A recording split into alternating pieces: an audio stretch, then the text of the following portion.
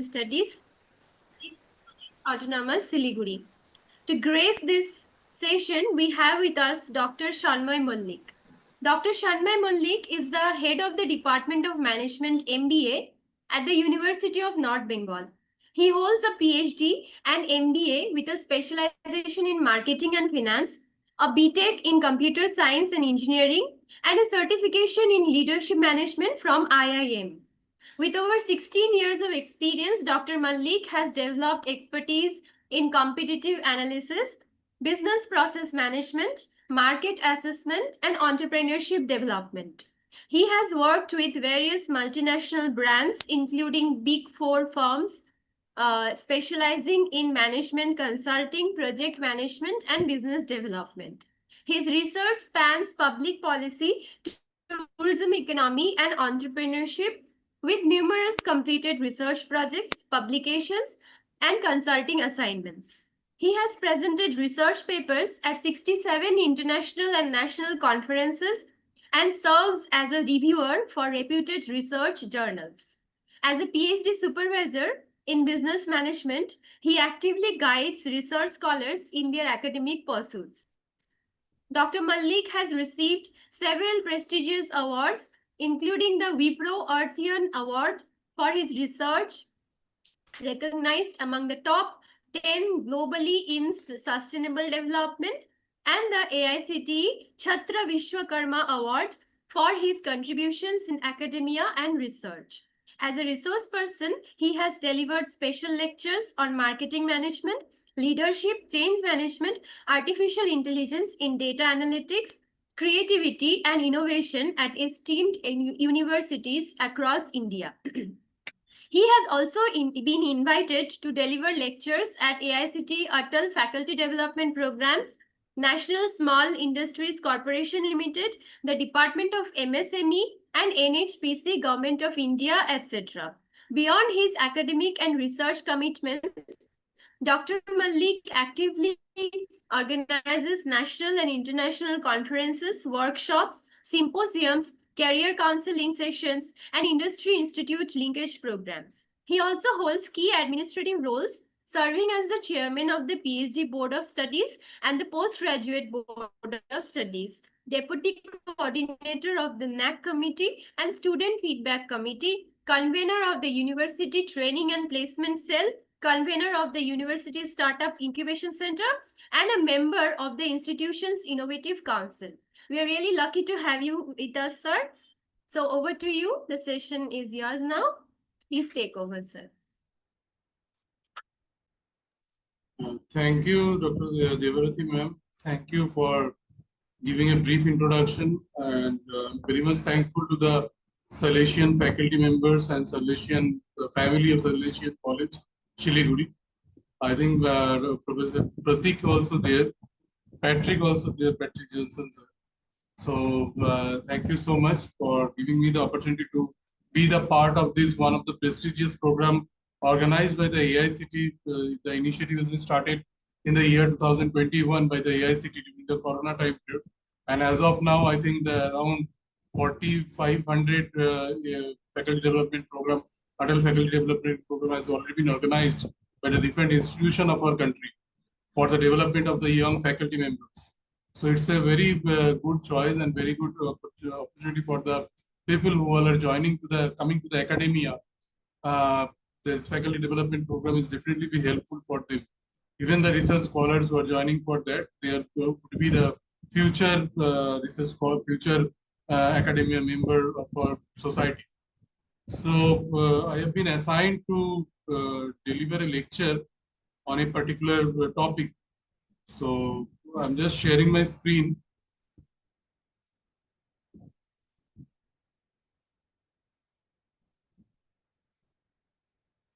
I think Devarati has already shared the screen.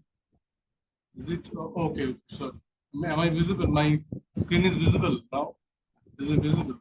Yes, sir. Okay. Thank you. Yes, sir. It is visible. It is visible.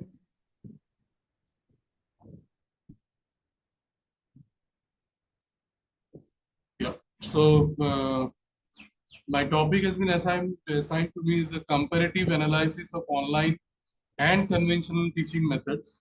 So today I'm going to discuss on mainly about the part of the conventional teaching methods, online methods, and the comparative analysis of online and the conventional teaching methods. So basically, I'm just giving you, this is the first session. I think today's first session is this one. So I'm giving you one particular learning so that you can come up with within this thing that will you please write up this thing on a piece of paper, just to do this assignment within 90 seconds. It's very, very cagey questions I'm giving you, right? So I think you people are very much aware about that. And so please write 10 body parts name which contains only 3 letters within 90 seconds.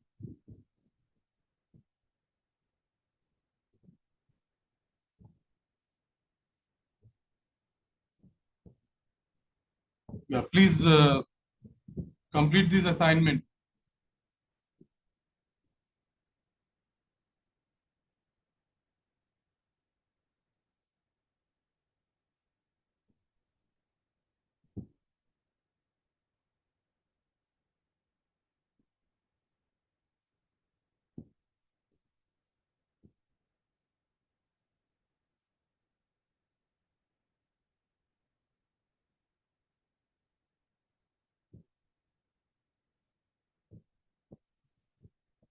And dear participant, I much prefer the interactive sessions. So you may raise questions during my lectures also. That's not an issue. So please complete this assignment within 90 seconds. Already 30 seconds gone. You have next 60 seconds to complete this assignment. That write 10 body parts names which contains only 3 letters.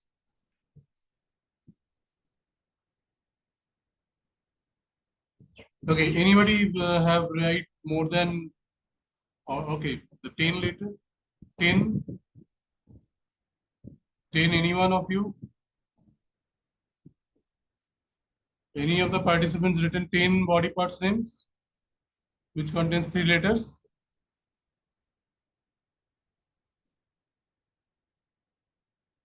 Sir, if Please you can respond. kindly see the chat box, many messages have come.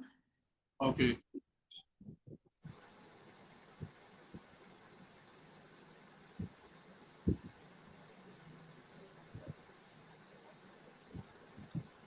I think Dr. Kamini Basin has covered all 10.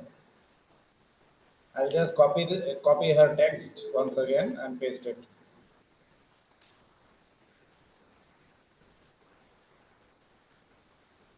Eight. She has written 8. Dr. Kamini Basin. Sir, I have written 10. Oh, great. Okay. Great. Nice, ma'am. So I'm just giving you the answers.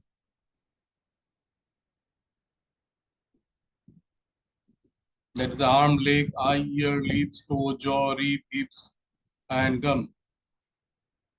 Right. So this is not. This is just a. This is your first. This is your first session. Now you all are within the lecture. Now we can start the topic. So my lecture outline will be the what exactly the about the topic that is given by the comparative study.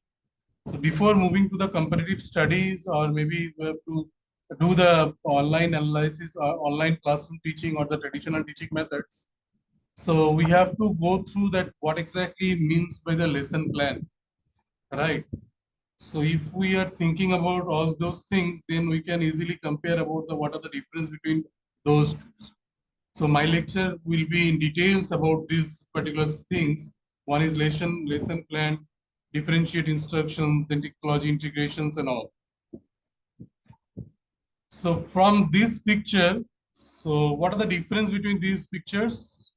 Can anyone please I'm unable to see the chat box because I'm sharing my whole screen. So it will be better you can please unmute your mic and just please respond, the participant. Anyone, please take the initiative. That what are the basic difference between between these two pictures? Education system over there, so, they have digital classroom and it's a classroom. Mm-hmm. So Both the teacher is pictures. Physical physically present in one of the facilitator is missing. classrooms. The human facilitator is missing. The right side one, I'm just look at the mouse. Are you talking Yeah. about this right side part? The Yes, right side part, human facilitator is missing. Yes, Maitri ma'am. Yes, Maitri ma'am. Are you saying something? Yeah, who is? I Sir, can't in also the left side, the environment Yes. looks more interactive, face-to-face interactive learning is there. In the Okay. left side, that is a traditional classroom. So the Mm-hmm. physical teacher is also present over there. And Mm-hmm. apart from that, students are using the notebooks and papers along with the laptops. So collaboration of both of the things are there. Okay, great. And this side? Sir, in the right side, a big digital screen and laptop is there instead of physical presence. And virtual instructor is there. And display screen is replacing that traditional board. And Yes. that classroom seems like that is, tech driven classroom is there. And virtual learning type of space is there. So students are relying on more digital, technologies in comparison to those traditional one. Great. So this is one kind of a blended mode, or it's not a particular traditional thing where the blackboard and chalk and dusters will be there only, the left side part. So thank you, ma'am. This is the blended kind of mode. So where the digital technology also evolved over there, and we can say it's a modern classroom. ಬರ್ತದೆ ಸುಟ್ಟಿ. Hello. Okay. And the right side one is a virtual classroom that which we are right now doing. That is called the one of the virtual system. So this is the basic difference from the picture. You can easily define what is the comparative means difference between these two type of classrooms. Earlier, without technology, we have used to go with this with the chalk and duster, or maybe a very few slides or projector, something like that. But nowadays, it's a totally kind of a blended mode where the technology intervention is much more over there, right? So where the faculties are teaching through the laptops, and the students are also learning from their laptops, and it will be a very good blended mode kind of thing where there is no traditional kind of classroom is exist as of now for the in the higher education system. So now in the right side is the virtual mode. There is positive, negative things are there. So we'll discuss upon that later on. Next is the conventional learning methods, which we are usually doing in the classrooms. That is the.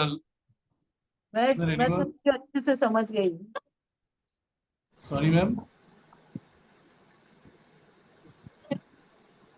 Archana madam, do you want to say something?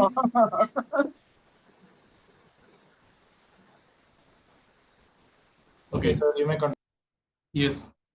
So the conventional learning methods, we can see that the learning contents we have prepared, and accordingly we want to go there for the oral presentation, and the graphs and the graph of knowledge, we can give them the lectures. Then receiving and processing of information that we are getting from the class. Then we are giving them the logical reasonings, comparative memories kind of things, and we are sharing the knowledge. There is the knowledge transferring part. There is the conventional teaching or learning methods, you can say, right?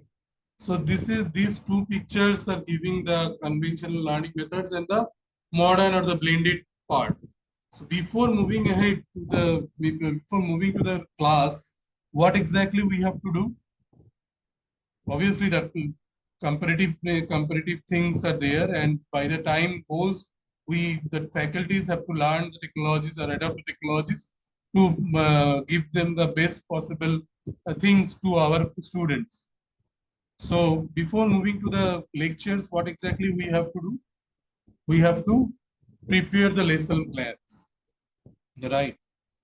So the lesson, what exactly the lesson plans means, as for the theoretical part, the lesson plan is a instructor's roadmap. That means the faculty's roadmap of what students need to learn and how it will be done effectively during the class time. So that is one of the most crucial thing, that during the class time only you have to finish whatever you want to deliver to the students, and within that time you have to analyze so many things, right?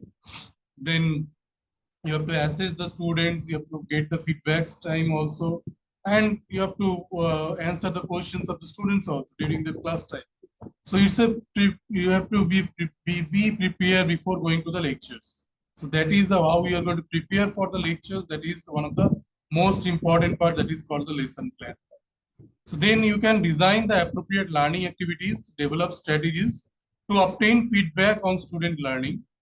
Having a careful constructed lesson plan for each 3 hours lesson allows you to enter the classrooms with more confidence and maximize your chances of having a meaningful learning experience with your students. So when we are also preparing like PPTs and giving lectures or something like that, we also prepare, if it's a 2 hours lecture, we are giving much more time apart from the classroom lectures. So preparation of lesson plan is one of the most important part. So devote your time. It's a roadmap, because in our cases that curriculum is with us, and the students also knew the curriculum and what topic we are going to deliver. The students may know when we are following the curriculum, the unit 1, unit 2, or maybe the different aspects of the different curriculums has been given. So on the basis of that, what exactly the topic you are choosing, on the basis of that, you have to devote your time to prepare that particular lecture in such a manner so that you can cover up within that particular time period, that particular entire topic. So that is one of the most important part of the lesson plan. A successful lesson plan addresses and integrates the 3 key components. One is the learning objectives, learning activities, and the assessment to check for the student understanding. So before moving to the topic, you should give the, and we usually do in our MBA program, that why are the students going to study this particular subject or the topic? What exactly the application of that particular topic? If they learn this particular topic, where they are going to apply those learnings, the theoretical learnings, what exactly the applications? So when they knew that particular applications, they can easily set up their goals, that if I learn that particular subject, accordingly, we can achieve this particular goal. So that objective has to be clear from the beginning, so that the students get much more interest about that particular topic. And they are going to show that you can share your learning activities during your lecture. After that, you can do the assessment of the students, what exactly they understood during the lecture, if they have any questions or something like that. So this is the key components of the lesson plan, the successful lesson plan. That is the learning objectives, which I have explained you, the learning activities, the assessment to check the students' understanding.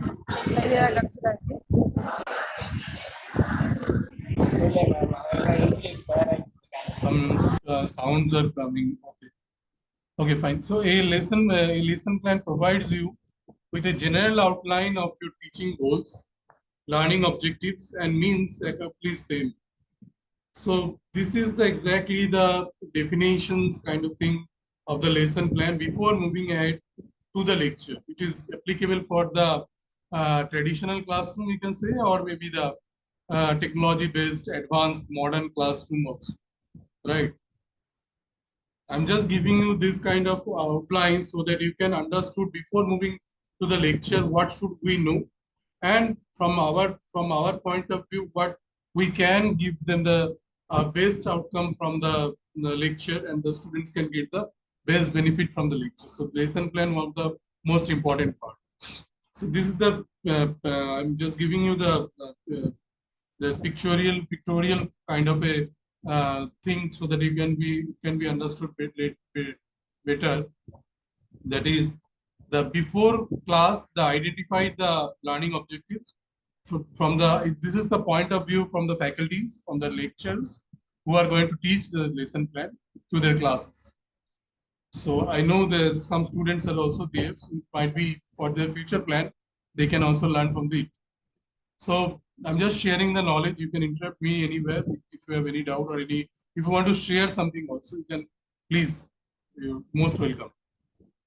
So before class, the identifying the learning objectives, that which topic you are going to choose, and on the basis of that, that learning objective has to be cleared with the faculty, that what kind of outcome of that particular learning objectives and what is the application of that particular learning, and how the students can learn those things, and accordingly they can plan, they can apply those things in their near future.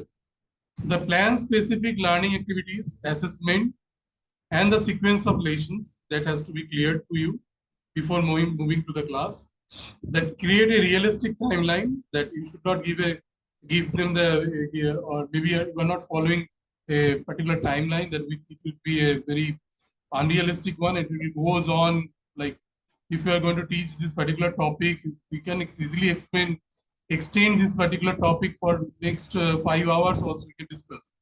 But within, as I have been assigned to 1.5 hour or maybe 1 hour have been assigned, so I have to complete that thing within that 1 hour. So that time frame is one of the most important plan.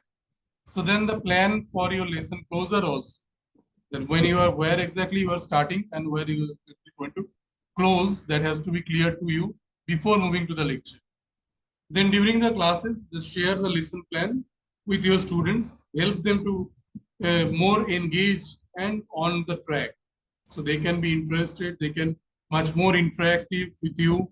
They should be a open interaction kind of thing, right? So then obviously the teacher's role is not going to be that after delivering the lectures, it's over, right?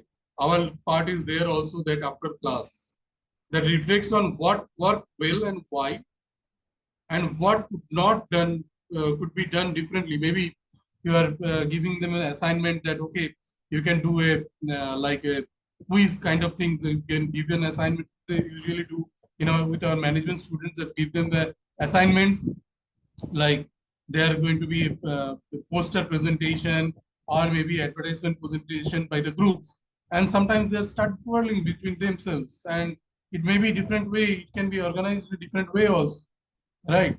Maybe after class we can think upon that, right? Or maybe today's I'm giving you like delivering my lecture like this, maybe tomorrow this lecture, or maybe this same kind of slides I'm going to represent in a different manner. So that has to be discussed. That has to be self-realization process you have to assess after lectures also.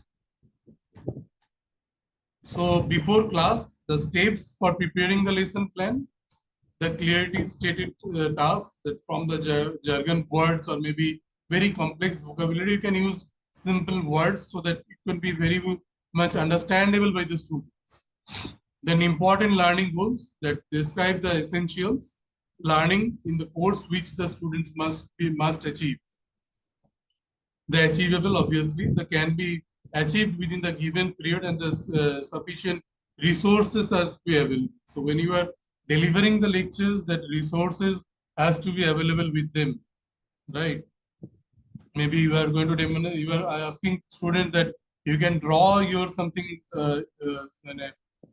draw something, but you are, or maybe you can put something data on the graph, but you are not providing them the laptops or maybe the graph physically. So it will be difficult for them. So you can we have to give them the sufficient resources also while giving them the assignments or something.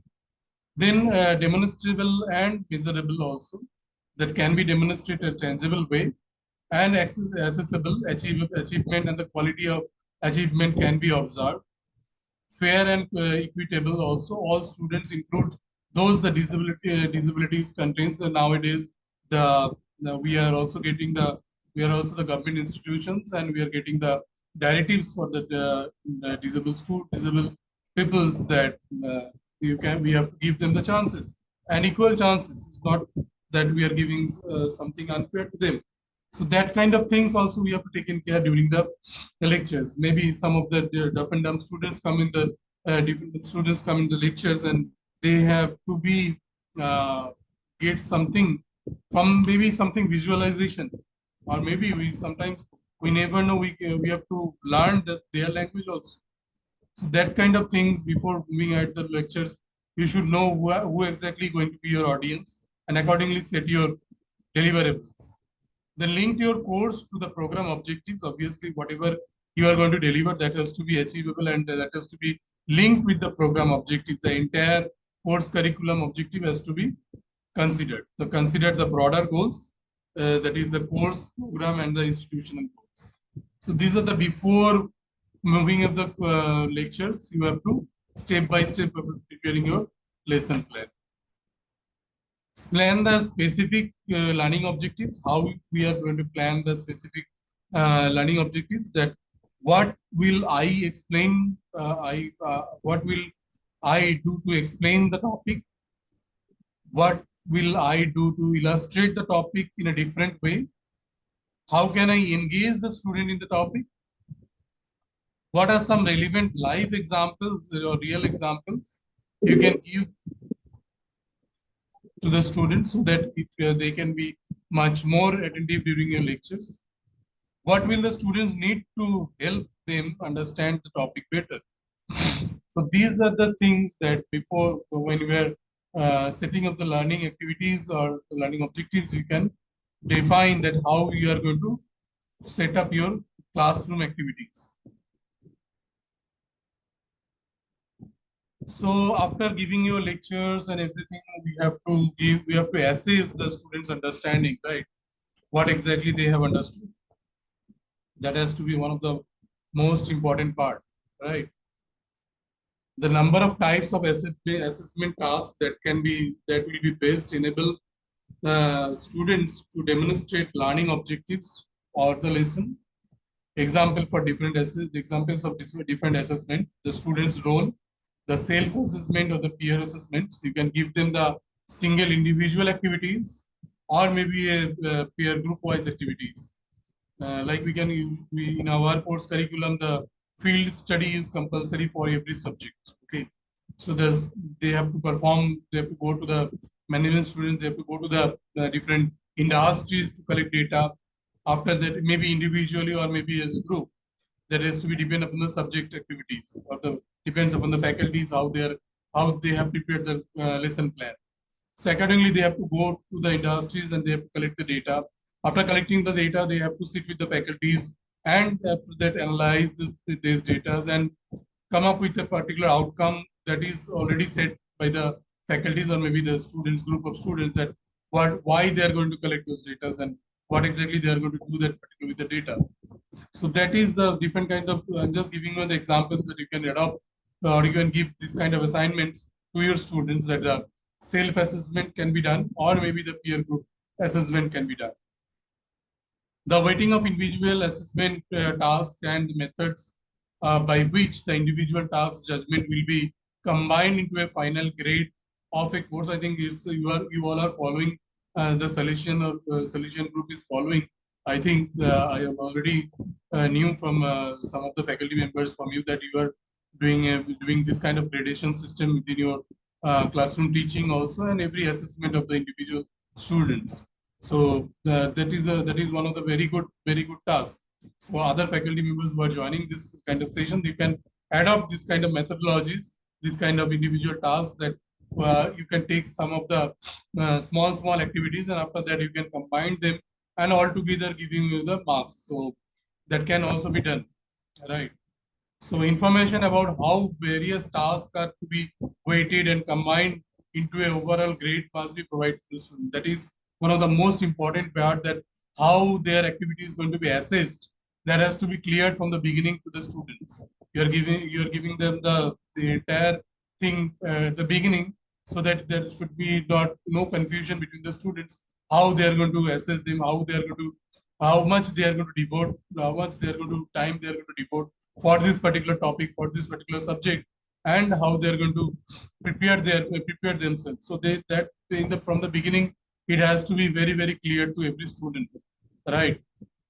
So you at the end of the day, they should not question you or the faculty members or the us, that you don't told me that I am going to assess by this or something like that. It has to be cleared from the beginning.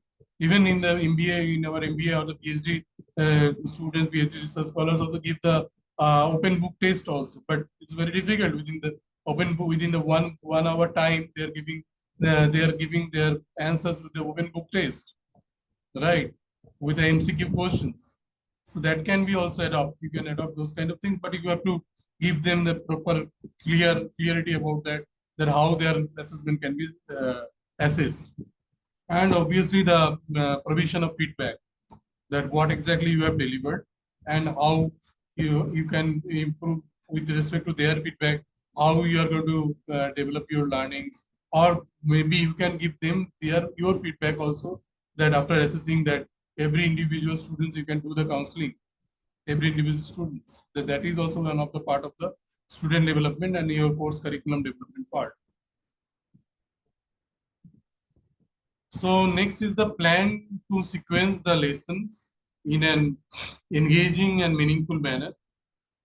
So that has already been defined by Robert Gagne, proposed in 9-step process called the event of instructions, which is useful for planning the sequence of your lesson.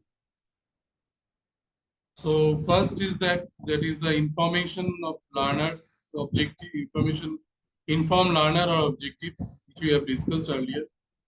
Then the prior learning, what exactly you are going to do, the present contents during the lecture.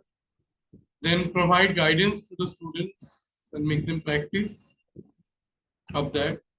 Then provide feedback. Then obviously the assessment part, how they are going to be assessed and all these things. And enhance retention and transfer the jobs, that what exactly from here till now, whatever you have gained, so you have to engage those things within your lectures, and after that you will definitely get the attentions of the students, that is been clearly defined by the Robert Gagne in his 9-step instructions, event of instructions, right? So you can adopt these things. I'm just giving you this kind of things, presenting you this kind of things, that in may future it may I don't know that some of you have already adopted, or some of your institution are already adopt, but if you can adopt these things, it will be definitely helpful for you also and your students, and at the end of the day your institutions also. So this is how I am delivering these lectures. I am presenting these things in front of you, so that you may adopt these things for the development for yourself also. So again, that presenting your lesson plans, letting the students know what that is during the lectures, what they will be learning and doing the class, will help them will help keep them more engaged and on the track, right? And still we are doing the blended part classroom and all. We are still using the blackboard, maybe the digital one, or maybe the that marker or the marker of the board. We are still using the board. The board work is an art. So where you can explain what exactly within your brain, simultaneously with your presentation also. You can, I am referring that thing. I also adopted, I also giving my lecture like that. Simultaneously with the presentation, we are doing the board work, so that it will be it's an art, how we are doing, how we are delivering, what exactly within your mind you are delivering your things, the picturizing these things, or maybe these things in the blackboard. So that is also one of the great learning experience. So this blended mode is very much very much effective, we have seen. Obviously that is not possible right now, because it can be possible through the technology intervention. If I could have used my that smart gadget, where I can just draw and it will come up to your screen. Unfortunately, I am not carrying that right now, so I'm sorry for that. So but we can usually do these things during the lectures, online lectures also. We can attach that gadget, and during the lecture, where whatever we are writing on that board, on that smart device, it also reflects to the presentations also. So you can, in your classroom teaching, when you are doing the offline classroom teaching, you can do the same thing, that presenting your PPT or maybe your class materials, whatever. Simultaneously, I requesting you to do the board work also. So it will be very beneficial for you. So you can share your lesson plan by writing a brief agenda on the whiteboard. It's already mentioned. You can see on the whiteboard and telling the students explicitly what they will be learning and doing the class. So you can adopt both the things. So after class of your lesson plan, reflecting on your lesson plan. So take a few minutes after each lecture to reflect on what worked well and why, and how you could have done differently. Identifying successful and less successful organization of class time and activities would make it easier to adjust the contingencies of the classrooms, and if indeed we revise the lesson plan. So that is after classroom, that is the lesson plan, that is our faculty's revision or lesson plan which we can adopt. So till up to this, is there anyone wants to say something? You can just, it's an open platform. You can please share your thoughts or share your learnings. Am I audible?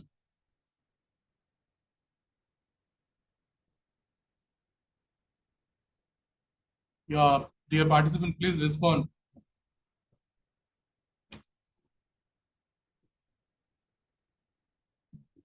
Up to this, anyone wants to say something? Any question, anything?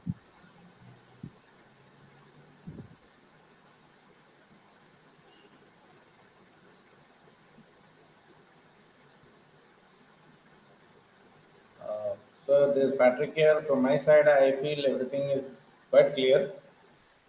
I'm still probably waiting to look at the comparative aspects of online and offline. Probably in the coming slides, it's there. Yes, definitely Yes. there will be.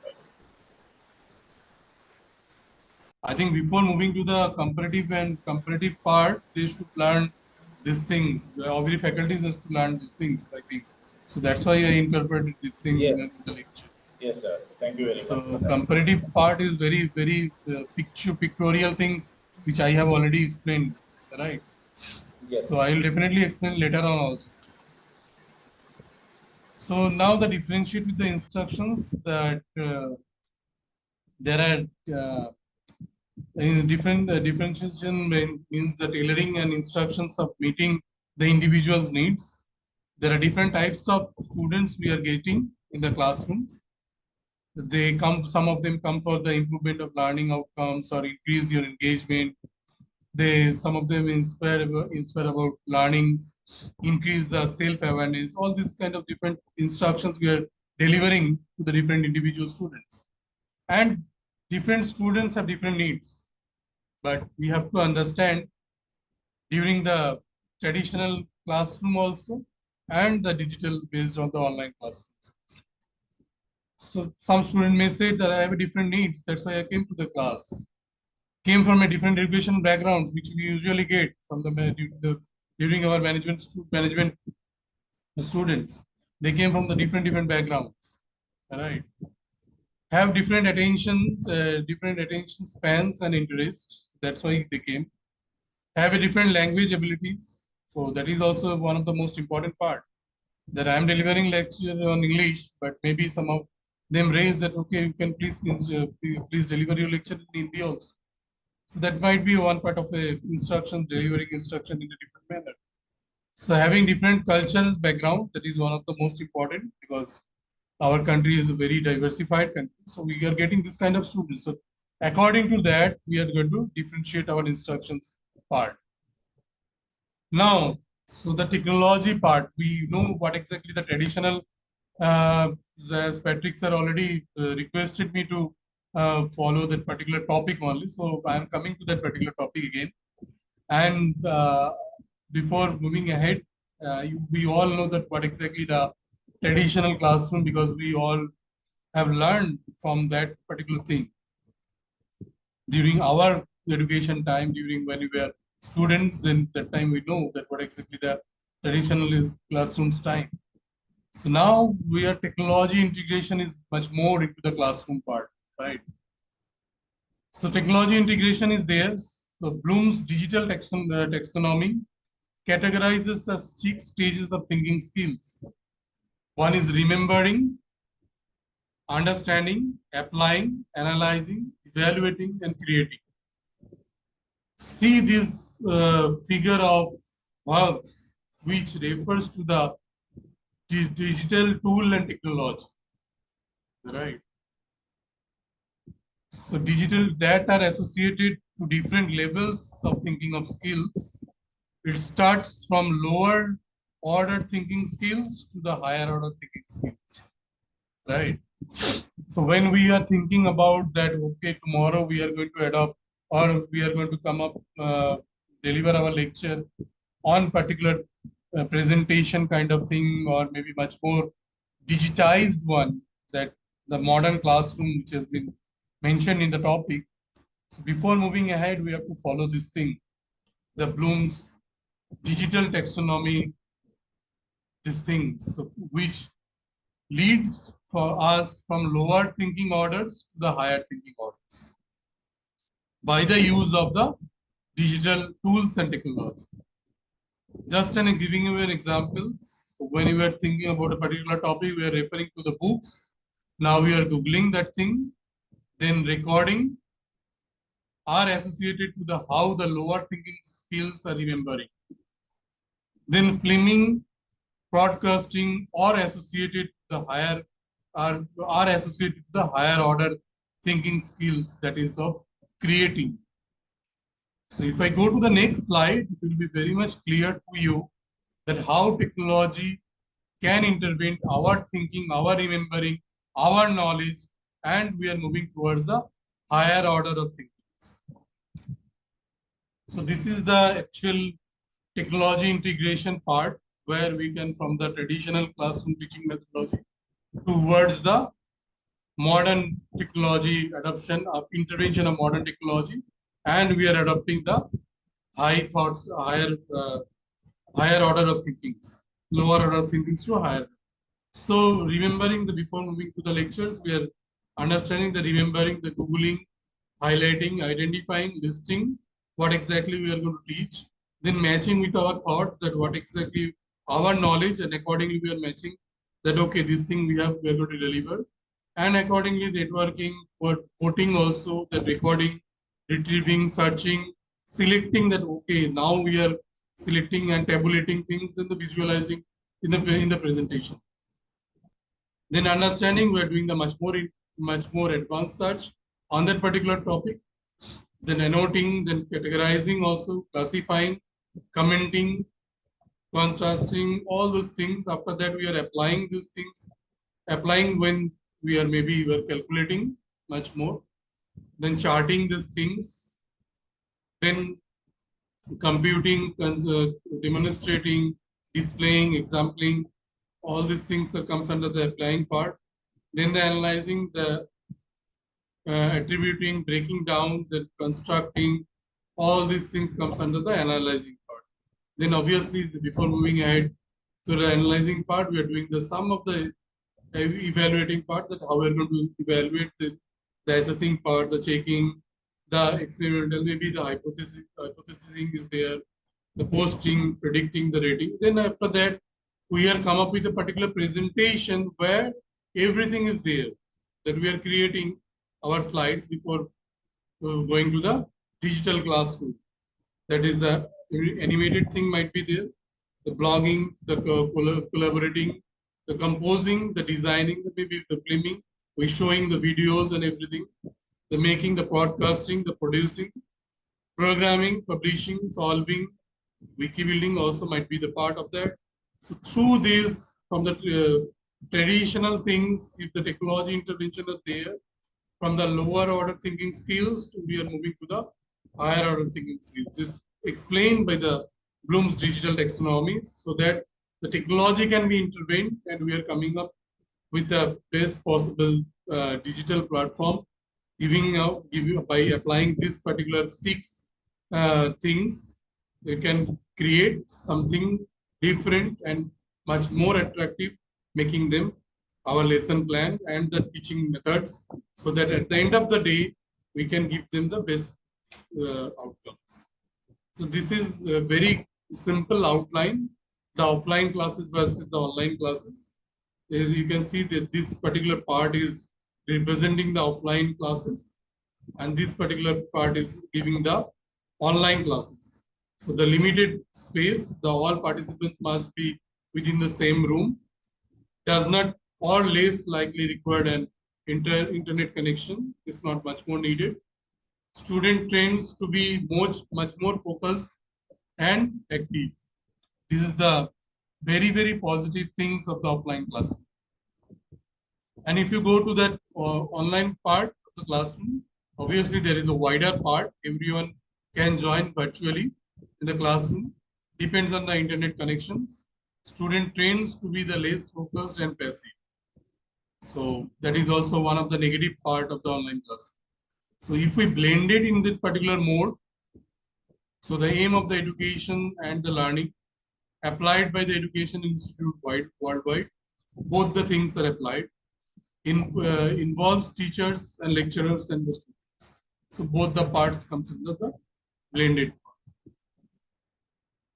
So this is the end of my lecture as of now, my slides. This is the study support from where I have prepared these slides. This is the different research papers, right? So you can easily go through those research papers to understand what exactly the how you are going to prepare for your classrooms and which kind of mode you are going to adopt, the offline or the online. So it's up to you how we are going to do the comparative analysis. I'm just throwing the questions to you, that which will you prefer, that offline classroom or the online classroom. So the platform is open now to all of you. So please share your thoughts, the participants.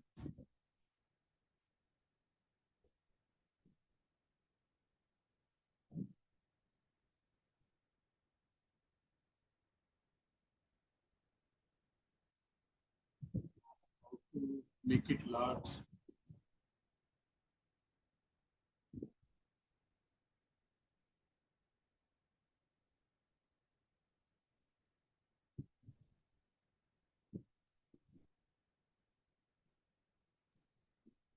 Okay, dear participants, you can kindly raise your queries, or if you have anything to share, add on to what Sir has told, Sir has been focusing on, you can do so. You can write in the chat box also. We will read the questions for you, or you can unmute and then ask.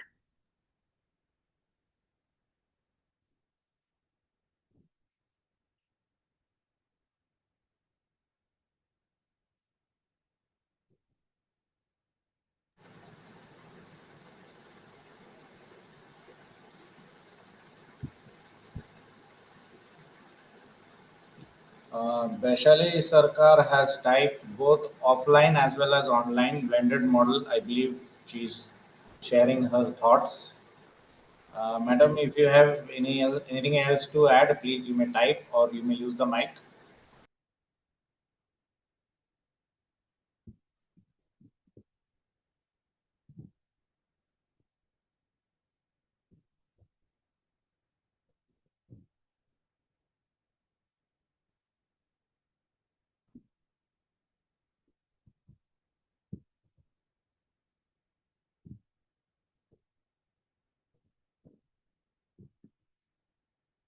So some of them have written on the chat box also, right? Yes, sir. I just read out one statement from chat box. That's it. Both offline as well as online blended model. Okay, so the same thing depends upon you, that before moving ahead to the lectures, that we should learn about the lesson plans, what exactly we are discussing today, and accordingly you can follow this particular technology integration from the offline part start from your things and moving to the high thinking opportunities that you can create your things in a presentable things in the online part. And it has been defined by the Bloom's taxonomy, the categories of 6 stages thinking. So I'm just giving you an overview that how you are going to prepare for the from this particular classrooms, right? You may be at any time we maybe come up to this situation that maybe something the faculties you are not able to move outside, but somehow all of a sudden you are getting that thing that you are getting notice that you have been taken the online lecture, right? So you maybe follow that time that online part, that totally virtual classroom. Then again, maybe sometimes you are prepared for that. All of a sudden you have to come up with this. So that is the situational based. So we have to prepare for that. So before going to the lectures, so I'm just giving you an outline that how you're going to prepare yourself moving to the lectures, and accordingly what are the things we have to do, and accordingly how before moving to the lectures, how the technology integration helps us to move from lower order thinking skills to the higher order thinking skills and come up with the digital part so that we will be prepared for the online the entire classroom setups, right? So there are definitely difficulties are there with the institutions also with respect to the infrastructures and all. So whatever the limited infrastructure we have, or maybe you have, that has to be adaptable, and accordingly your students has to be get the from you try to give that use that platform in such a manner so that your students should not be deprived. And you can think about the center. We can visit the center of excellence, the different institutions of our country, maybe the different IIMs, different IITs also. The smart classroom, how they have managed really wonderful, great learning experience if you can see their classroom setups and all, right? So we are even the classroom setup also depends upon the things. Even if for the offline classrooms, in our classroom the single benches or maybe the bench setups are there, but the different center of excellence they are giving the round table classroom setups that is much more effective during the lectures. It has been proved by the different theories, right? So we may adopt those things. So we may visit different types of center of excellence to adopt those things and try to come up with their best and try to implement within our institutions, so that we can also give the best possible things to our students in near future. So any questions, anything from the faculties, from the participants? I have been assigned the time from 3 to 4. So I think I'm just going to complete my lecture. So this is my details. You may contact the participants.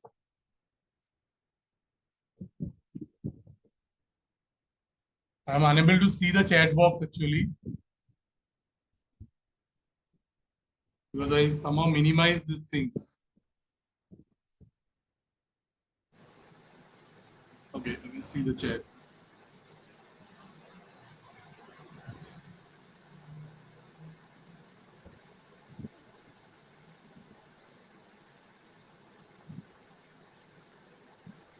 Okay, so we can consider that there are no more questions from the participants or any further discussion.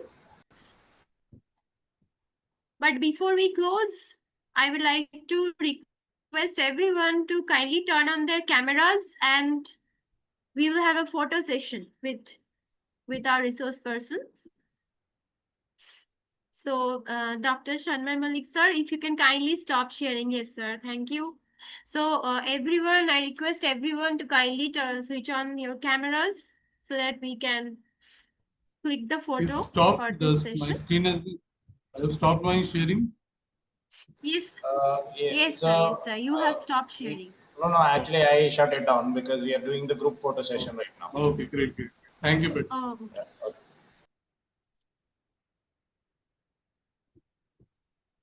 Okay, so kindly keep your cameras on.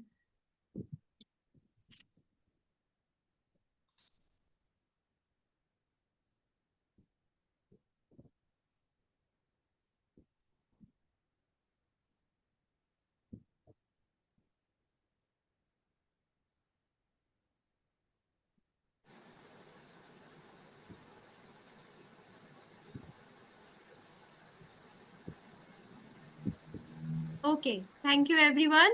Thank you, Dr. Shanmay Malik sir, for once again, thank you for accepting our invitation to be a resource person in our 6 days online FDP. We are really thankful to you for delivering this wonderful session, which was not only interactive but also insightful. Thank you so much, sir, and thank you, dear participants, to be a part of it. So our next session will be starting at 4:10 p.m. So you can take a short break of 5 minutes and then rejoin.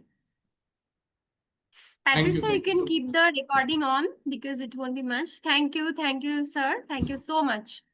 Thank you.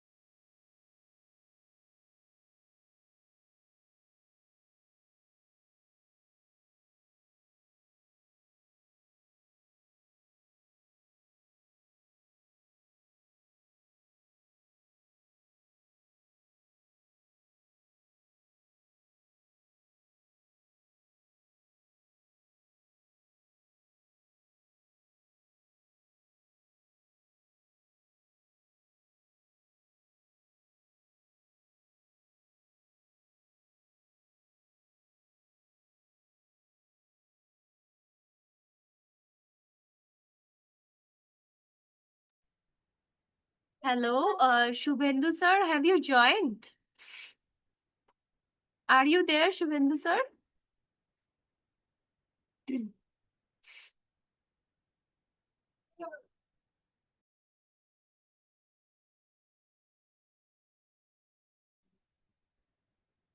Devarati, we can start, I think.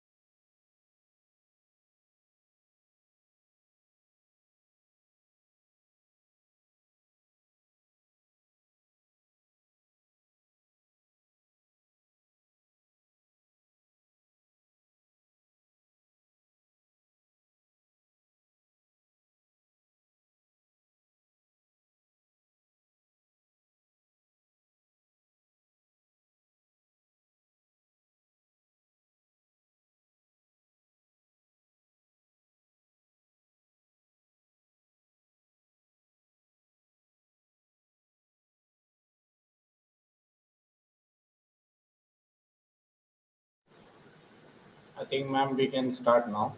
Yes, sir. Welcome, sir.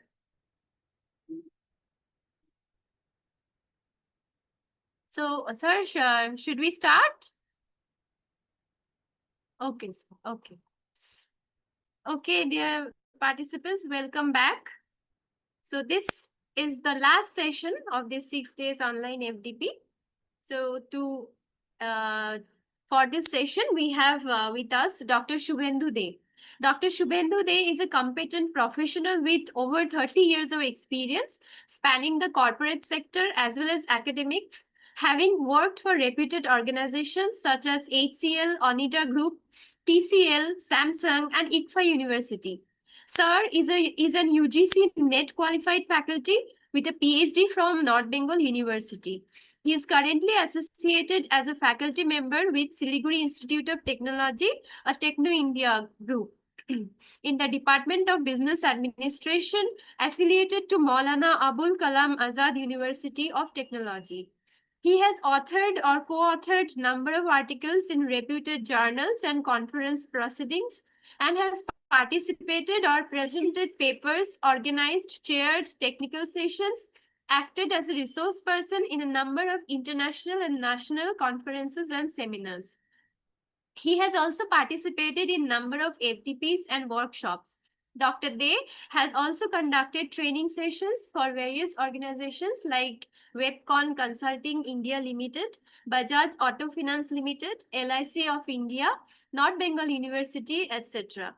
So, sir, we are really overwhelmed to have you with us today at this evening. So, sir, over to you. So, with your permission, I would now like to share your PPT, sir.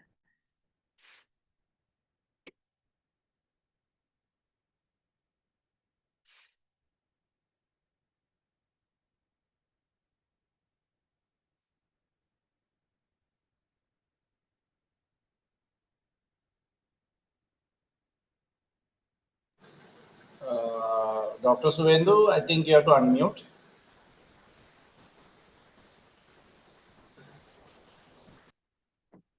Am I audible now? Am I audible? Yes, sir. Yes, sir, you Yes, are sir. audible. Okay. Okay. So first Sir, of can all, I you would see like the to, PPT? yeah, please show the PPT. Okay, sir. Okay. First of all, I would like to thank Devarati for such a voluminous introduction. And I don't know whether I would be able to do justice to, to the role which I have been assigned today on speaking on such a important topic. And I would say the need of the hour, actually. So EdTech definitely is the need of the hour for a country like India. But I will definitely try to touch the contours. But before that, I would like to extend a hearty welcome and good afternoon to all the respected professors and faculty members who have joined this program from across the country.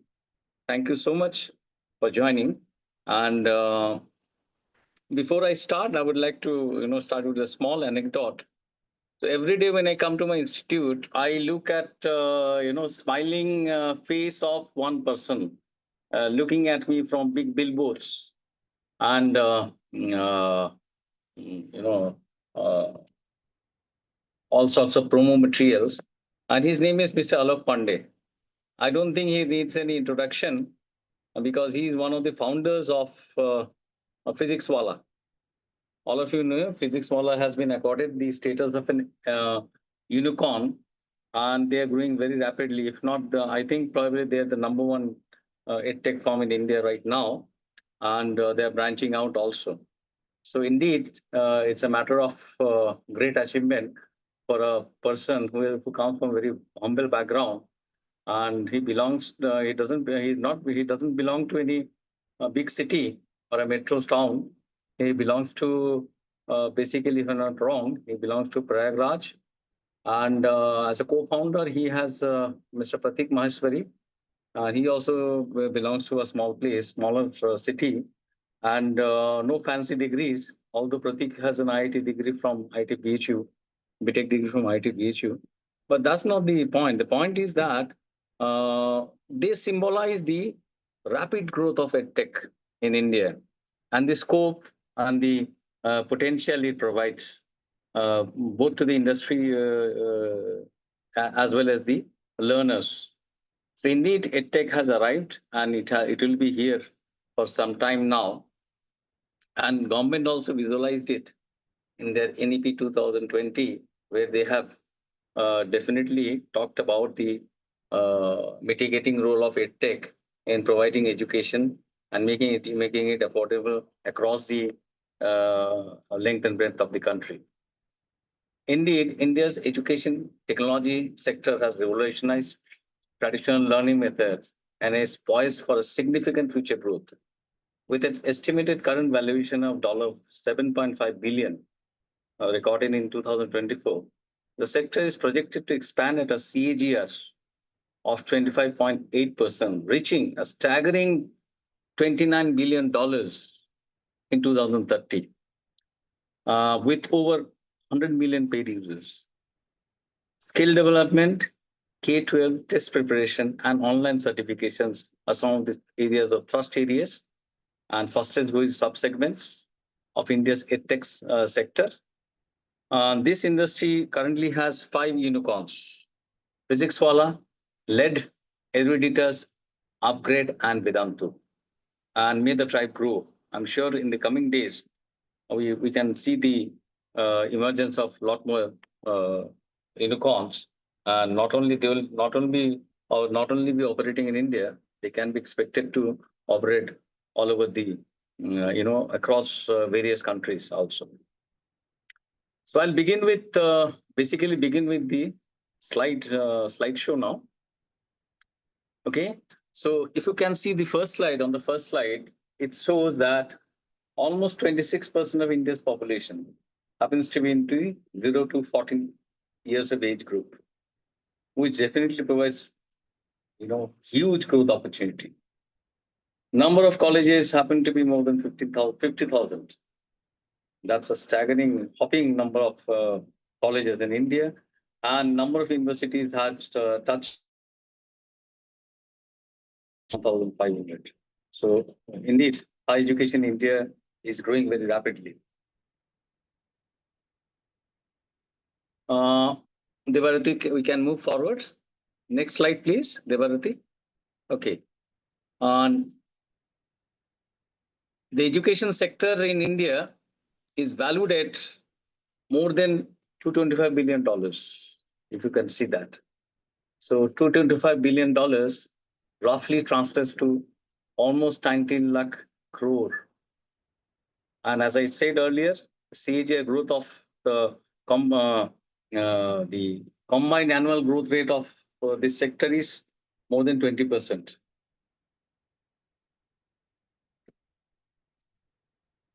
FDI in the education sector as of date stands at 80,000 crores in the last financial year. And it's very heartening to note that IISc, the reputed IISc of Bangalore, and 8 IITs are among the top 500 universities in the QS World University ranking. So it's not a mean feat, actually. Very few Asian countries have been able to achieve that. And 91 Indian institutions have been included for the Times Higher Education World University ranking in the year 2024. Indeed, a very commendable achievement. Next slide, please.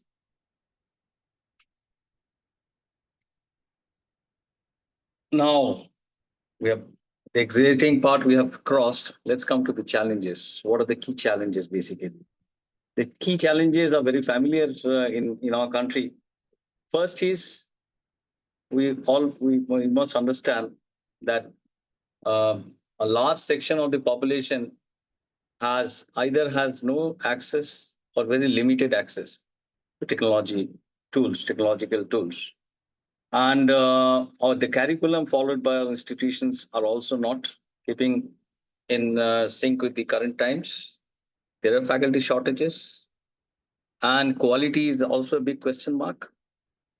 And last but not the least, there is limited industry alignment. That means the pass outs which are coming out of our universities and education institutions of higher education are not very employable in the industry.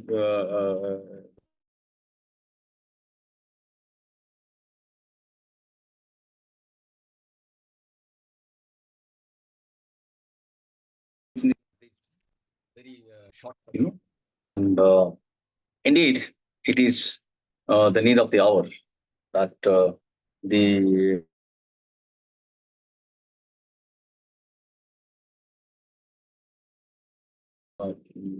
brought in sync with the current the need of the industry, and how our students can be made more employable, and how their skill sets can be enhanced, and so that they can play a significant role in the promotion of their careers, as well as provide value to the sector where they join. So we must address the skill gap for a competitive workforce, promote research and innovation, and foster lifelong learning. It's not a one-day game. It is a long-term game. And EdTech definitely can be a big catalyst by providing technological backup for this transformation to happen. Now, EdTech's role. We can come to the nuts and bolts of what EdTech can provide to this particular education sector. First important contribution is obviously breaking geographical barriers. In our country, historically, there have been imbalances in various regions. So we find the northern region and the southern region, western region much more advanced compared to southern and the eastern region. Of course, southern region has also now come up. So eastern region is lacking.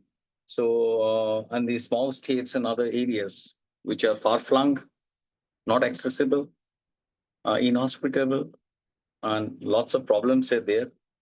So EdTech, through the help of online education, providing online education, has definitely broken the barrier, and it's providing an equal opportunity, area of equal opportunity for students and professionals belonging to far-flung areas also, and areas which are underdeveloped. Then enhance accessibility by providing, the government has also chipped in a lot. So digital access is definitely on the upswing. So the length and breadth of the country has been covered by internet access. So the EdTech firms are taking advantage of that. So there is enhanced accessibility. They are also making use of freemium models, premium in the sense that initially they will provide free courses or courses at almost minimum expense. After that, they will charge, but the charges would also be, because the population of India is huge, so they can scale it up and providing very affordable kind of education. So it's a win-win situation. They also win, they also gain, and the students also gain. And multilingual country. India is a country where there are many languages, lots of languages.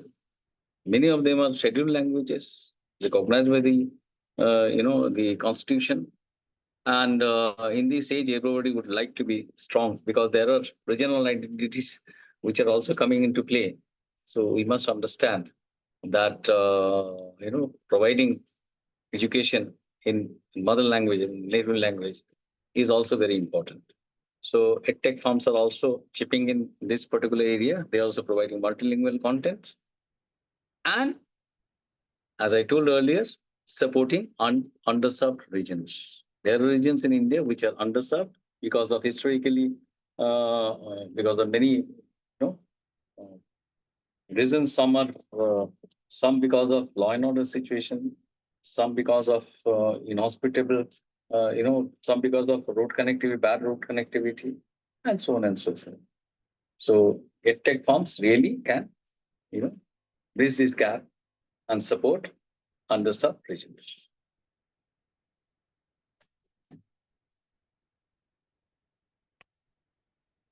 And what's EdTech role in enhancing personalized learning? I would request the presenter to please, move on to the next slide. Devarati, I would request you to move on to the next slide. Yeah. So in this age of personalized learning, how EdTech can help it? Because each students are different in their aptitudes. Students are different in their ability to, learn. Students are definitely different in their ability to use technology. So AI, with the help of AI, EdTech firms are providing adaptive learning facilities for them. So each students are actually, I would say, it's kind of a curated kind of a learning where EdTechs can basically make changes in the courses. Okay, suitable changes in the courses to adapt to the individual requirement of a particular student. Second, enhance engagement, interactive content, gamified learning, and simulations. With the help of gamified learning particularly, students can get more involved because it's fun actually. And all of us know students means students want fun.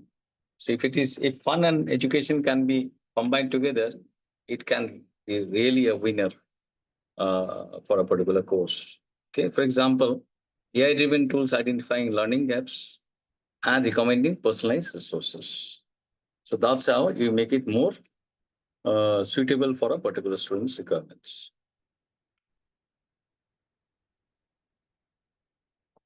Then skill development. I would request Devarati to move forward in the next slide. Okay. As I told earlier also, industry relevant courses. So I would like to speak about few courses here, like data science. In AI, I did not re-emphasize again, and cybersecurity. These are some of the courses which are definitely have become very relevant across the industries. Okay, and these are in high demand. So EdTech is providing opportunities for students and professionals who are yet to get acquainted with these particular skills to get exposure to these particular areas and enhance their professional capability as well as opportunity. Then certifications. They're also providing certifications and upskilling programs in collaboration with various universities across the world, Indian as well as foreign, and collaboration with the industry, such as joint programs and certifications offered by various EdTech partners in EdTech companies and industry partners.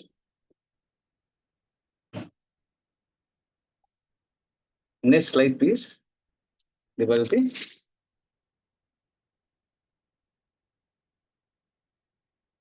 Now, empowering educators, the teachers particularly, the teaching community also has to keep in sync with the progress in this particular area.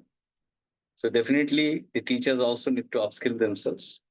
So resources for creating engaging content in virtual classrooms. So tech firms are providing that. Then training programs for educators in using digital tools. So many of the teachers are not very digitally savvy.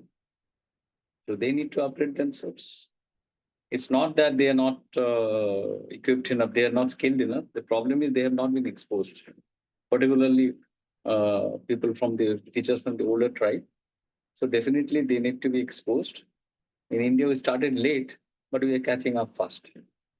And these EdTech firms are, providing the opportunity for these teachers, for the educators to upskill themselves to meet the demands of this particular area. And then reducing administrative burdens, paperwork, automated grading, lesson planning. What was done manually is being done through programs, through automations, so that paperwork has been reduced and more focus could be given on, more energy could be spent for what matters the most, that is providing education for the students and other professionals.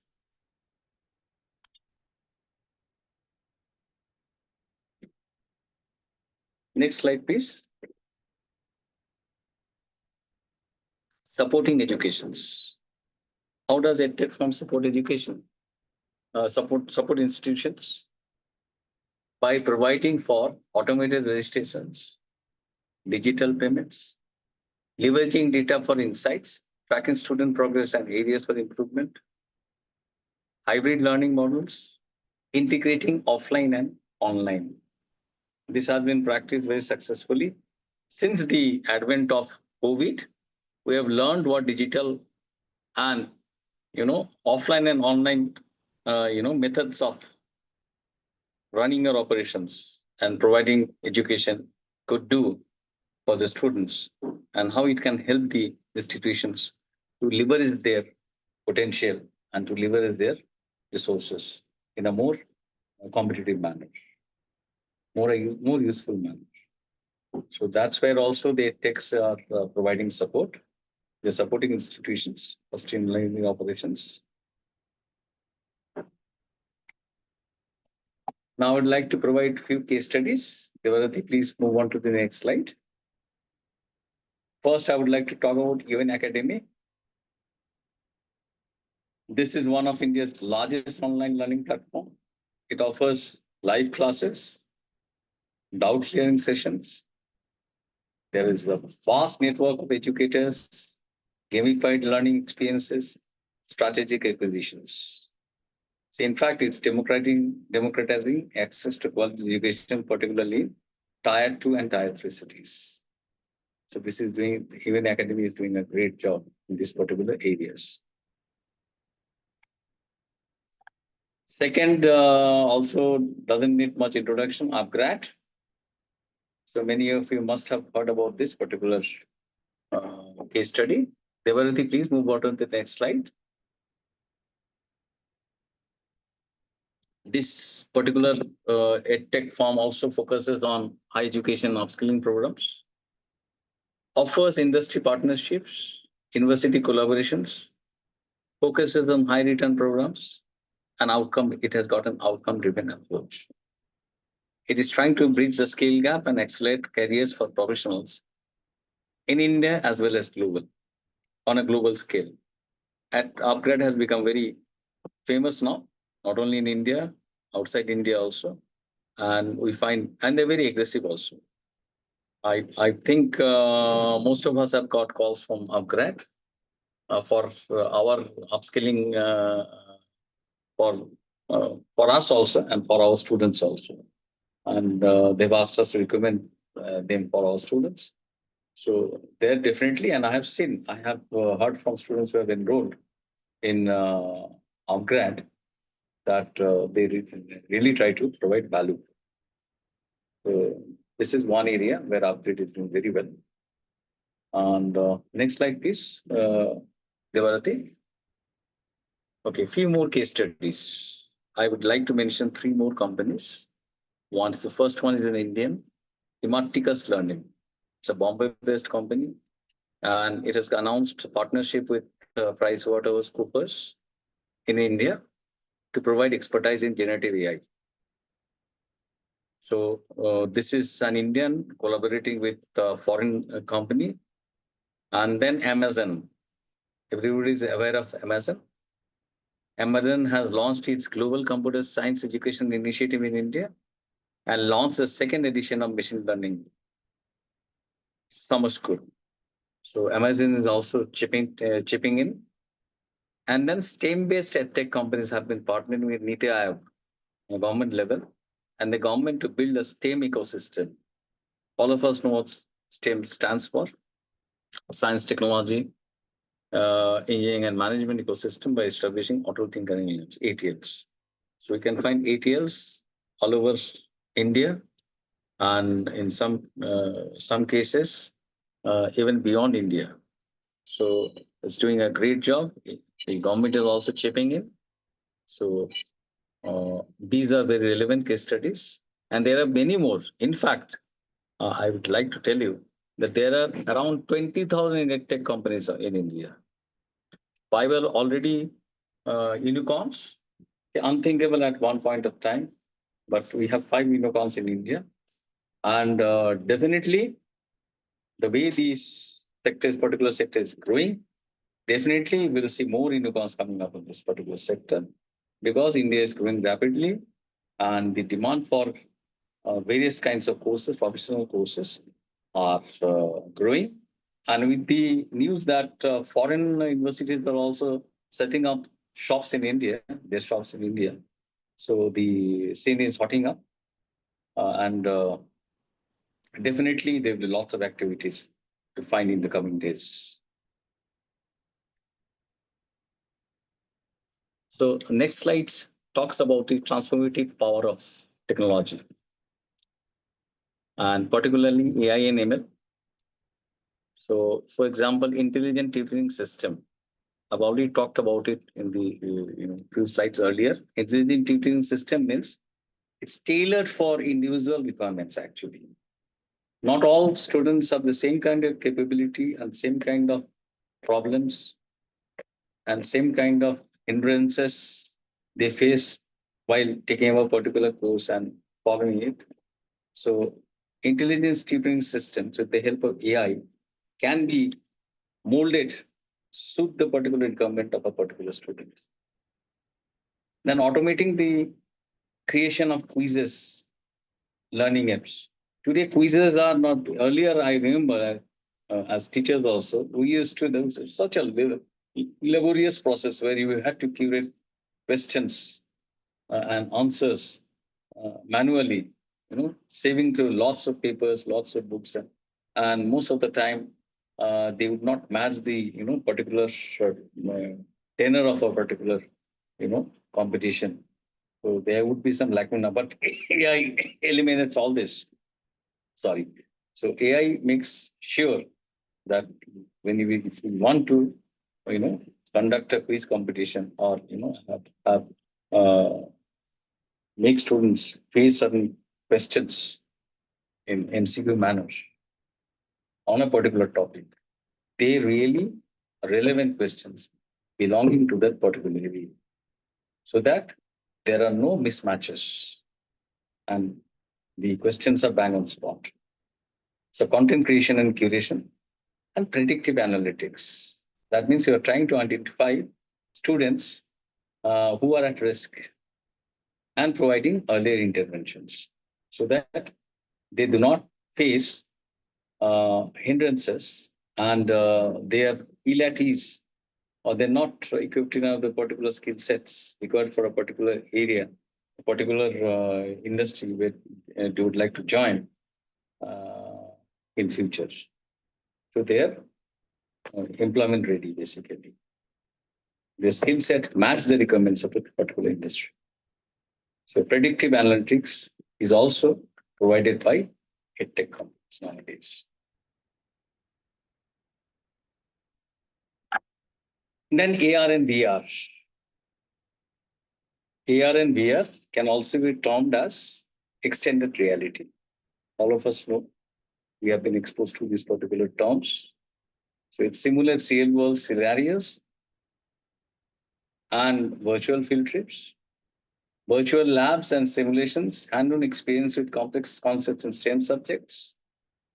And obviously it engages, it goes a long way in engaging students with virtual tools and environment.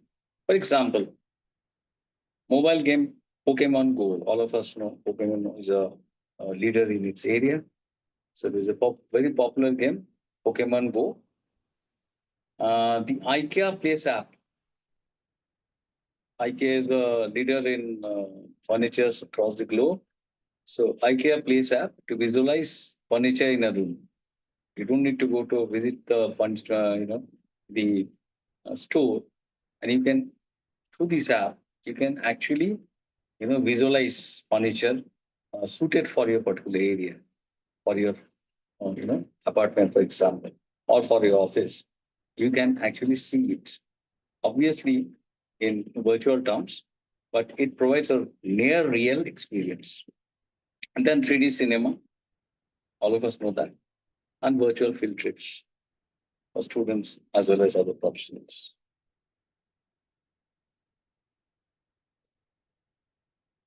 Next slide, please, Devarati. Gamification. I would like to spend a slide on gamification. Gamification is the use of games in learning. Okay. So everybody knows that fun and interactive, elements in courses makes it more palatable for students, makes it more amiable for students, makes it easier to comprehend and understand. Okay. And enhances student engagement. So gamification is happening at a regular, rapid pace. And for example, from language learning apps like Duolingo to competitive exam preparation platforms. So there are very strong applications and which are happening at a regular level.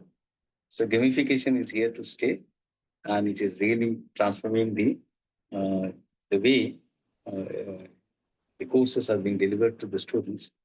Students are getting more and more attracted towards regularly attending the classes, online classes or offline classes, whatever it is, because it has become more interesting for them, not only through the content, but also through because of the fact, so it has become easier for them to understand. The concepts have become easier for them to understand.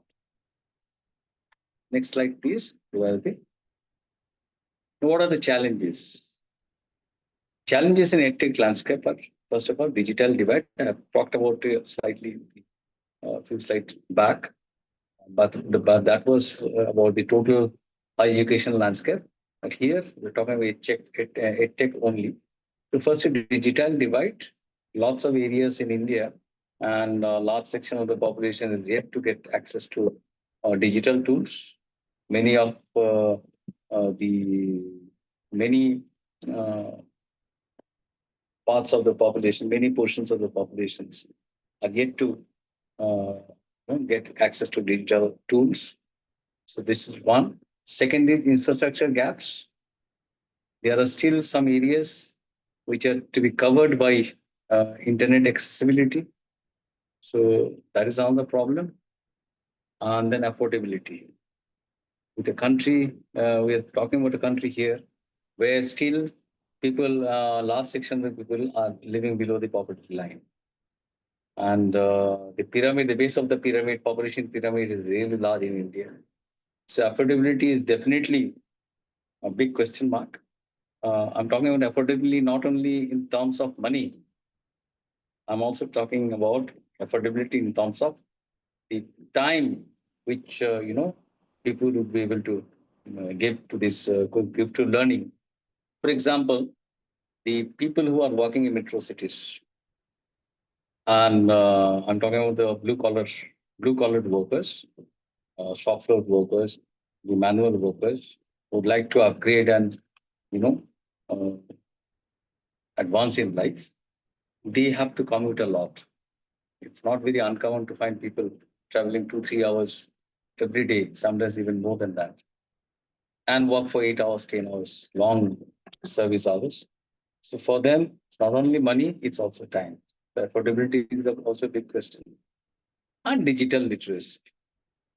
Digital literacy is also a big question mark because maybe people are very conversant with WhatsApp and Facebook and other things. This is one thing. Other thing is putting internet technology into learning. So many people are yet to be aware of those, nitty-gritties, and so there is a gap in that particular area also. So definitely, these are challenging areas for EdTech landscape. Next slide, please. EdTech, challenges actually, how to overcome the challenges. The government is, as I told you earlier, also government is definitely chipping in. NEP 2020 talks about promoting technology integration, blended learning, and regional language content. National Education and Technology Forum is talking about facilitating knowledge sharing and technology adoption in education. Digital India and BharatNet, these are initiatives to improve digital infrastructure and promote digital literacy. And last but not the least, money also, as money matters because you need lots of money. India is a big country and there are so many far-flung areas, so many remote areas. So you need budgetary allocations. So successive governments or successive years, the budgetary allocations have have been enhanced, and there is an upstick basically. Hopefully, things will change in a much rapid manner in the coming years. Next slide, please. So how to overcome challenge, basically. So here we can talk about collaborative efforts. EdTech industry players can collaborate with startups and other established players. It can also go for partnership with university and corporate bodies. Okay, so industry would be particularly interested because they are the worst sufferers in this, in this particular field. So they would like to bridge skill gaps so that the employees which they onboard are really employable.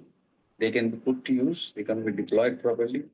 They don't need to spend more money and effort in upskilling them, making them employable, and deploy them properly. So this is one area where university and corporate can partner with tech firms, and then community engagement. So ensuring edtech solutions are culturally relevant and aligned with local needs. This is also very important. Until unless people accept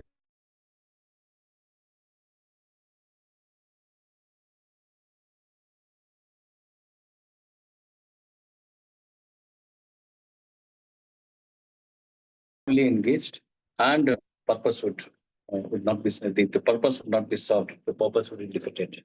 So community engagement is also important. Next slide, please, Devarati. So here we are talking about, we are emphasizing hybrid learning, blended models. The government also speaks about that. Combining benefits of online and offline. Because our universities, colleges, schools, and other institutes of learning and higher learning is here to stay. Okay, we cannot have everything in virtual mode. So obviously online and offline, and we have to make the best use of the infrastructure we already have.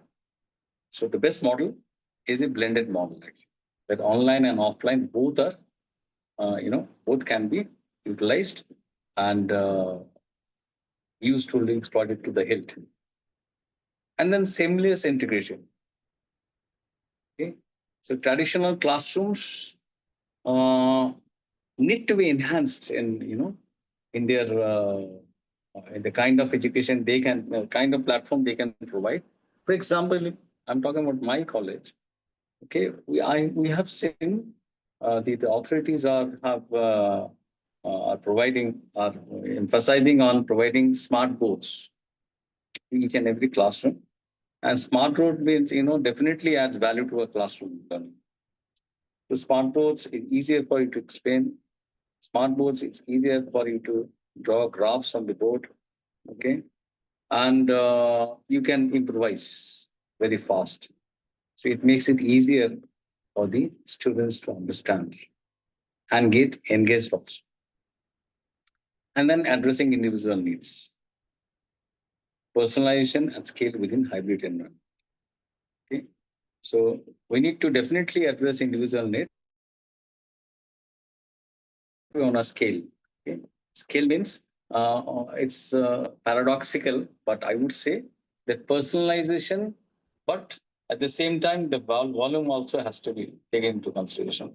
And education can definitely provide solutions to this particular challenge. And we can bridge the gap.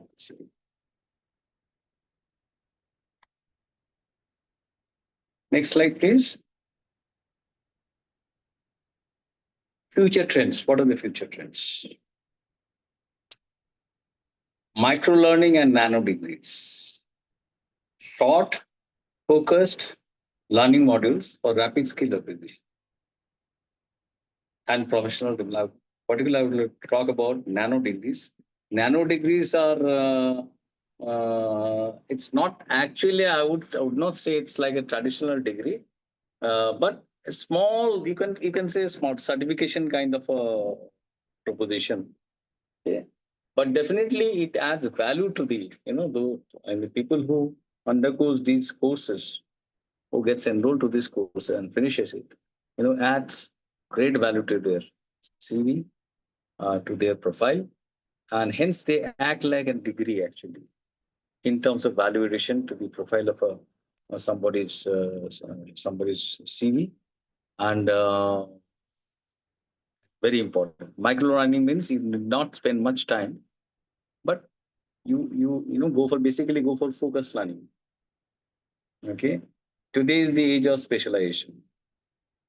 So you should not expand to the to a degree where the focus is lost. So all of us know that it's not good to have water bottle everywhere, not a drop to drink basically. So definitely you have to be focused, and you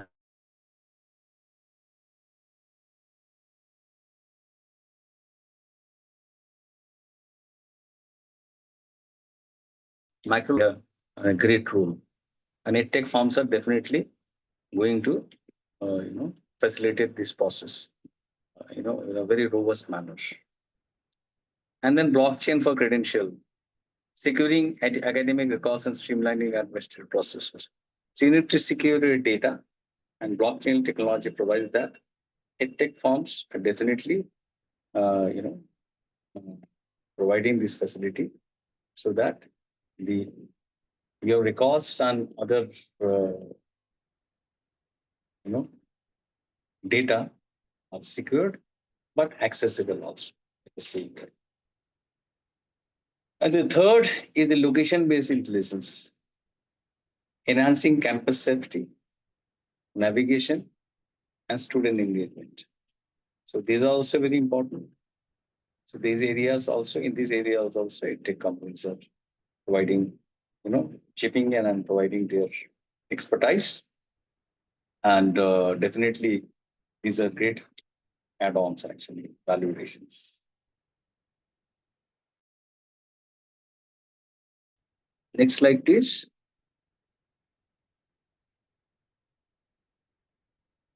The road ahead, EdTech and future-ready India. EdTech as a key driver of growth and innovations in Indian higher education. Do I need to emphasize that? I think all of us recognize and understand that. Lifelong learning, empowering individuals to continuously upskill and reskill in a rapidly changing world. So upskill and reskill, both are important actually. Reskill means you know something to do in a particular way, but the technology has changed actually.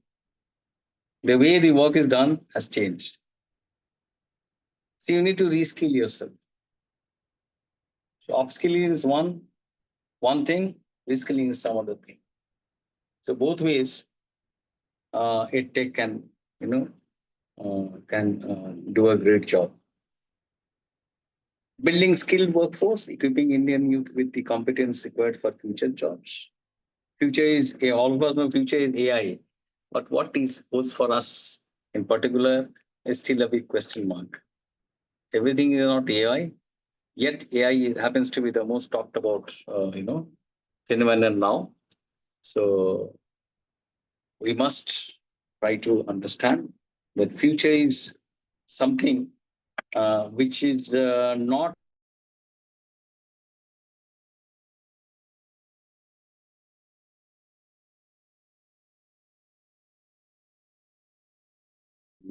linear. Like it's like it's a bit complex. Situation is a bit complex. Where it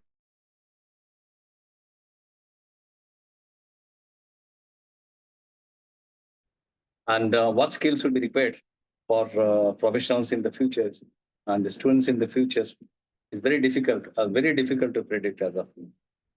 So, but EdTech firms can keep us on toes by continuously providing innovations and changes and additions in their course offerings so that the Indian youth and our student community as well as professional community can upgrade themselves and reskill themselves continuously.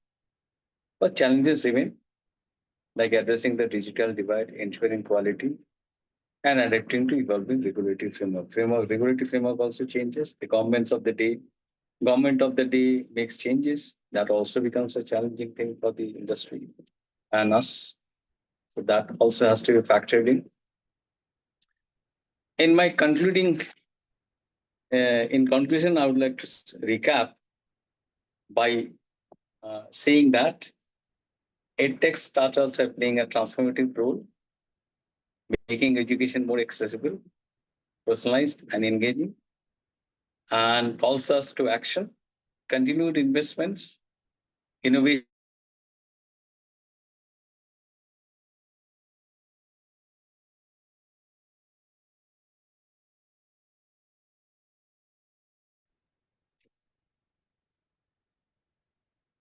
and I would like to end with a quotation from Swami Vivekananda, which all of us are aware of. He said long back, almost a century back, more than a century back, in fact, that we must arise, awake, and stop not until the good is reached. And we as Indians must realize that the future is ours, and we can do it. Thank you so much, all the participants. Hopefully, my presentation has been engaging for you, and I could provide a glimpse of what EdTech scenarios in India as of now and would be in the future. Thank you so much. Thank you, Devarati.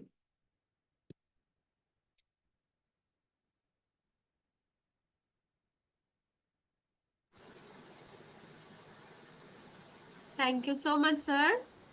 So, dear participants, if you have anything to say, anything to share, question, or any discussion, you can kindly initiate.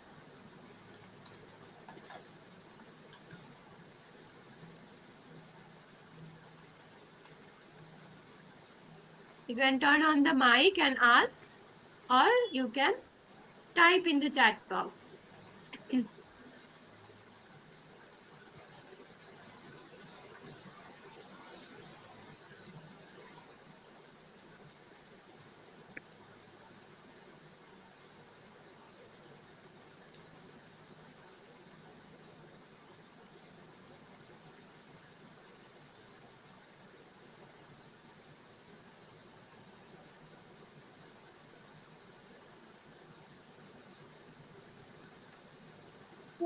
So, is there anyone who wants to initiate a discussion? If not, then we can conclude the session.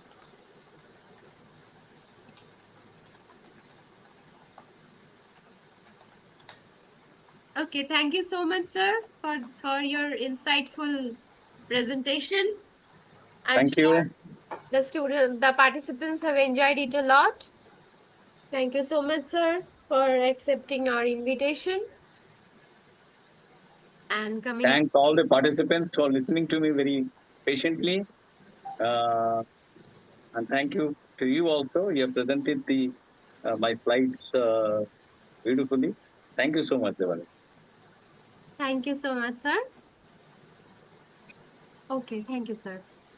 Okay, dear participants. So with this session, we come to the end of this marathon sessions of 13 back-to-back sessions of the 6 days online FDP. So thank you everyone for being with us. Now the most important part of this FDP comes, which is the test, which is the assessment, online evaluation. So as I told yesterday also, the online evaluation will start at 7 p.m. So you will get a time of 1 hour and there will be 30 questions, MCQ questions. Multiple choice questions will be there. You will get 4 options. Out of four options, you have to select one. There will be no negative marking. So you have to take up the test sharp at 7 p.m. So everyone kindly be ready. Now we can take a break of around almost 2 hours now so that you can prepare yourself. All the activities. Yes, sir. Yes, sir. May I leave? Yes, sir. Thank you. Thank you so much. Thank you. Thank you. Thank you. Okay. Devarati ma'am. Yes, sir. Any minimum requirement for the marks? Yes, 70%. 70%.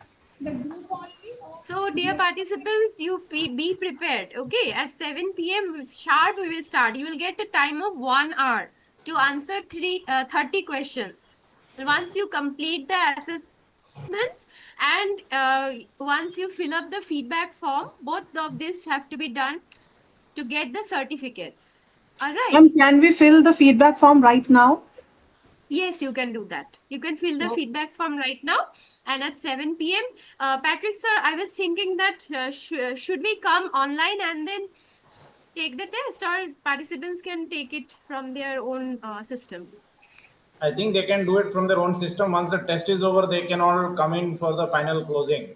Yes, yes. Huh. So that can be done. So at 7, yes, ma'am. Ma'am, can you type in? Your audio is not clear. Feedback, there's no feedback link, Gauri ma'am. There's no feedback link. You have to log in. You have to log in to the ATAL portal from where you had registered. And on the left-hand side, you will get the option of feedback. There you have to give the feedback. What about evaluation? Yes, ma'am. Kalpana ma'am. Evaluation link, ma'am. Am I audible? Ma'am, kindly type your query, ma'am. You are not audible. Ma'am, test also we have to give by logging in? Yes. Okay. Feedback and test both have Submit to be the way given we have via submitted portal. feedback. We can submit in the same way. In the portal itself, you will get the option and you will get the option of submit. You have to click on that and then the feedback will be recorded. No, ma'am, for the test I'm asking. Yes. For the test also, you will have to submit by logging in? Yes, ma'am. Yes, ma'am. Okay. Yes. So Patrick sir is showing you a demo, everyone. So kindly see the demo. How is it done? How it is going to be done? So this is a ATAL portal. There you have to log in with your ID, password, and the captcha. This login ID and password are the same one with which you had applied for our FDP. And those who are used to attending FDPs by ATAL, they will know only one ID and password is only used every time. So it is not a problem at all.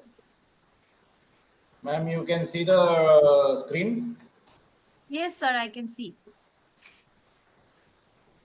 Yes, so I hope everyone is able to see.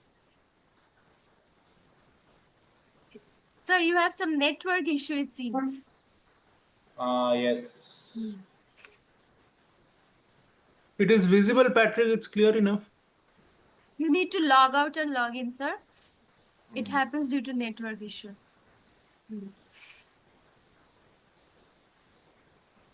So what happens is when you log in, you will see on the left hand side, assessments will be there. Click on that and you can see the current assessment.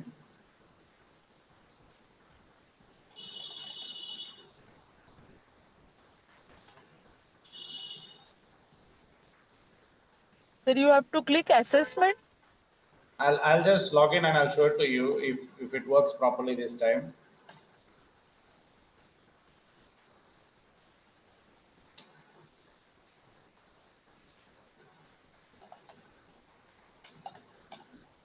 Implications केले तेव्हा झालं. Sir, you reload the captcha, sir. Reload the captcha. Yeah. Just a minute. If I reload, I'll.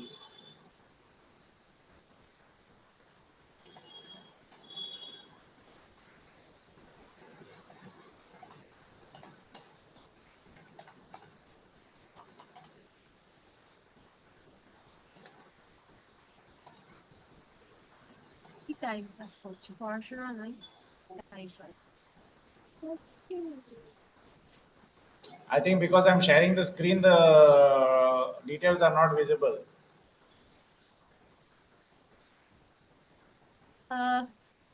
Let me try, sir. Let me try.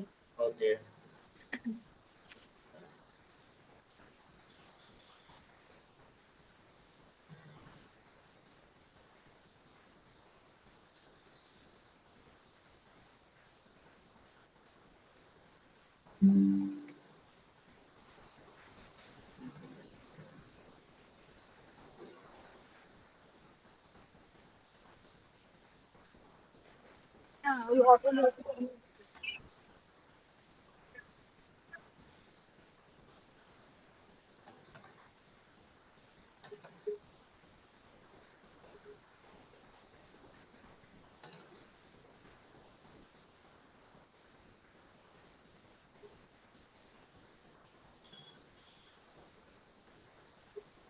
Yes. So can you all see? Patrick sir, can you see?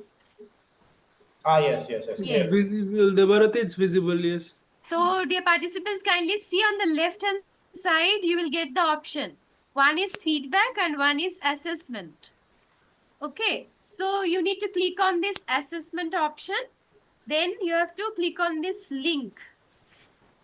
Then you have to tick this box and then start. But it will show questions not submitted now because the time has not yet started. That's why. So you have to follow this process. And for feedback also, on the left hand side, you will see the option here. Feedback option is shown. Actually, I have submitted the feedback. That's why it is showing. This is my feedback, which I have already submitted. So once you click on the feedback option, you will get the questions and all for rating scale and all, everything will come. So you can give the feedback accordingly. You can do it right now itself, but assessment you have to do at 7 p.m. Before that, it will not start. So is it clear to everyone? Yes, ma'am. Yes, ma'am. Yeah. Okay. Okay, then thank you. You can start the examination at 7 p.m. You need not have to log in for that. So once you're done with the test at 8 p.m., kindly log in, as we will have the valedictory session then. Okay. Thank you then. Okay, then I'll stop the recording and we can sign Yes, off sir. now. Yes, sir. Yeah. See everybody at 8 o'clock.